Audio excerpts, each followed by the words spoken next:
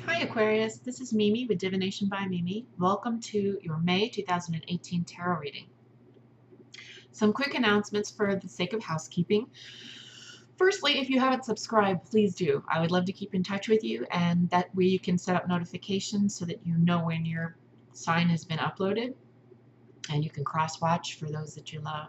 You can also check your ascendant and your moon in your Venus signs. Secondly, if you have a question or comment about the video, please leave that in the comment section below. I'd love to open a dialogue with you. And then thirdly, if you would like a personal reading, please email me at mimimemes@hotmail.com. You'll find that email address as well as my pricing in the description box below the video. That out of the way, I did want to make an announcement for all signs. There's a big transit occurring with another lunation event on the 15th of May. So firstly, there will be a new moon in Taurus on the 15th of May. And on that same day, a big transit's occurring in that Uranus is moving into Taurus. And the best way to figure this out and what this means is to look at the archetypes and energies surrounding the area of life it will affect and the actual energy that's moving into that area. So first, let's look at Taurus. Taurus is the area where Uranus is coming into. It's going to be staying for the next 7 years. Taurus has to do with the second house. It rules the second house, which has to do with luxuries, the home, as in stability, your things, your stuff, the things you've accumulated, beauty, aesthetics, creativity, relationships, the earth, what we do with the earth, how we steward the earth, finances, money, value, things of this nature. Okay, the stuff that causes fights, basically. And then the archetype that's coming in there and staying for the next 7 years is Uranus. Uranus is the planet that rules Aquarius, which rules the 11th house. So on the high octave, this is about activism, collectivism, and the improvement and progress, both intellectually, technologically, and spiritually for the whole, for all of us. On the low octave, well, it depends on how you look at it. I wouldn't necessarily call it the low octave, but it is unpredictable. It is an unpredictable Loki-esque type of energy. Anything can happen. The only thing you can count on with this energy is that change will happen. So we're kind of seeing this energy heralded in advance of Uranus's arrival to house number 2 in the South Pacific, or in the Pacific Ocean, in the Hawaiian Islands, in the way of volcanoes and earthquakes. This is a really good example of how Uranus would manifest itself in the earth. Remember, Taurus is about the earth, right? And Uranus is an unpredictable, eruptive, anything's going to happen, changing energy. Put those two together and it would very naturally make earthquakes and volcanoes. And remember, it's going to be in this particular location for the next 7 years. So Uranus's energy will be affecting those areas of life for the next 7 years. This, as it affects the earth, it's also going to affect how we steward the earth, which usually means farming, food systems. As a lot of those are commodities, that will in turn have an effect on the stock market as commodities are traded. So stock markets, commodities markets, financial institutions, banking, and the government structures that support those, as well as big business and their government structures that support those. So these are the areas of life and more that Uranus will bring an impact to. On a microcosm, this would be things like be careful, literally with your safety, wear sunscreen, buckle up, don't put yourself in unnecessary danger. If something doesn't feel good, get it checked out by a professional, right? You know, if something hurts, see your doctor. If you aren't feeling happy about something, see the professionals that you see in those situations. On a macrocosm level, this will manifest itself in the types of things that we're seeing in Hawaii right now. And it will appear as huge changes on the markets, the stock markets, on finances, the commodities markets, currencies. So just expect change, no doubt. Could be good, could be bad. But ultimately change is good because it brings progress. And Uranus is all about progress. All right. I've gone on long enough about that. Aquarius, let's get into your reading. I'm going to do a 4-card pull based upon some situation in your life. So something that's got your attention right now. That's the first position. The second position will be anything positive or encouraging or supportive around that. Third position is anything negative or stressful around that. And the final position is any guidance that Spirit might offer you in relation to this energy that you're sitting in. I'm using the Universal Rider-Waite-Smith, which is just a recoloration of the original Rider-Waite-Smith, and I've got archetype cards for clarification if we need it, and they're loosely based on Jungian archetypes. So let's get into this reading for Aquarius. Our fixed air signs, 11th house ruled by Uranus. So your ruler is this energy that's got unexpected change in its wake. 11th house again being about collectivism, technological and intellectual progress. These are the activists. Let's see, Angela Davis, great activist, great thinkers, forward thinkers. Aquarius fixed air for May of 2018.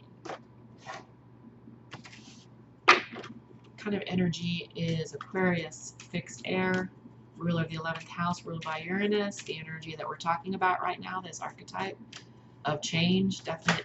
Oh, thank you. So it looks like you're looking to hear word or get word or communication on something to do with your finances, possibly your health too. Negative aspect around that, or positive, excuse me, is that you're walking away from either some relationship or some situation you've been in, some community that you've been in.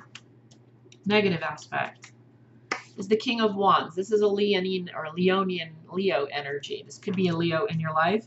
This is also your opposite sign. Your polar opposite is Leo. It's a fixed fire sign. You being fixed air, you share the same axis on the natal charts. Just yours is on the 11th house, theirs is on the 5th house. Final position here is another page. Page of Wands. This is your overall advice from Spirit. So right now it looks like you either received a message about a job or a investment going well. It could be about your health, but I have a feeling that it is a job. It looks like you've got a job offer or some kind of financial message that has allowed you to move away from something that didn't serve you any longer. Okay. The negative aspect here is the Leo card. This could be a Leo in your life that is not supportive of this change. This could be a Leo in your life that has caused the problems where you used to be involved that you're walking away from. It doesn't have to be a job. This could also be some other type of community, but I really get the message of community around this. So this could be a work environment. This could be a family situation, a living situation. But this energy here, this Leo, has been a lot of the reason you're moving away, that you're dropping these things from your past, that you are moving on from these experiences and emotions that you've had because they don't serve you any longer. And Spirit is calling you to the Page of Wands. Wands are fire energy. Pages generally are messages. And this tends to be messages of either creativity, of career, of passion, but very often of spirituality. So I often don't equate Aquariuses with spirituality. I think that a lot of them get down with the logistics of destiny and fate and energy. But when you use the term spirituality, I think that a lot of Aquarius, not all, but a lot of Aquarius will immediately be, unless I can quantify it, it's not making a lot of sense to me, then it seems rather airy-fairy to me. Okay, Spirit really is guiding you to open your mind to this. Maybe you need to reapproach how you look at it, but there are messages as you're making this change, right? And getting past this obstacle or stress that was caused by a Leo in your life because you're making a new change, right? You're moving on. That can be scary sometimes, and Spirit is advising you to actually tap into what you don't understand. Tap into what is bigger than you. Okay, so let's say you are a codependent, an alcoholic, an addict of some kind, and you can't quite get your mind around the idea of claiming a higher power as God. Oftentimes a 12-step program will suggest that you claim the group, like your 12-step meeting, the people in that group, as your higher power. So what you're being asked here to do is to listen to messages from something bigger than yourself, bigger than your intellect, bigger than your ability to understand something. and open your mind to the possibility of the chaos that really rules your house, right, of Uranus, that anything is possible. And just watch, observe. Don't prejudge, just observe. And possibly be really pleasantly surprised that although some things you can't quantify with numbers or scalable research results, they still exist. They just haven't been tackled yet, and that might be your endeavor. And that is very possibly another one of the many endeavors that this ever-changing Uranian energy is going to bring to Taurus as it makes its move into the second house of Taurus. All right, so just to recap, as you're letting go of these old quote-unquote support or security structures in your life that included people that really kind of held you back to start this new opportunity, seek guidance and wisdom from more than what you've done in the past. In other words, there's more than just this three-dimensional world, and I think on some level you're fully aware of that, although it's hard to say and grasp and take on. Be open to it, because there are messages there for you, and ultimately because you are about the betterment of everyone and the improvement of everyone, then it actually will help everyone. Aquarius, I hope that made sense to you. If you have questions, please leave them in the comment section below the video. Otherwise, I will see you next month for your reading in June. Take care.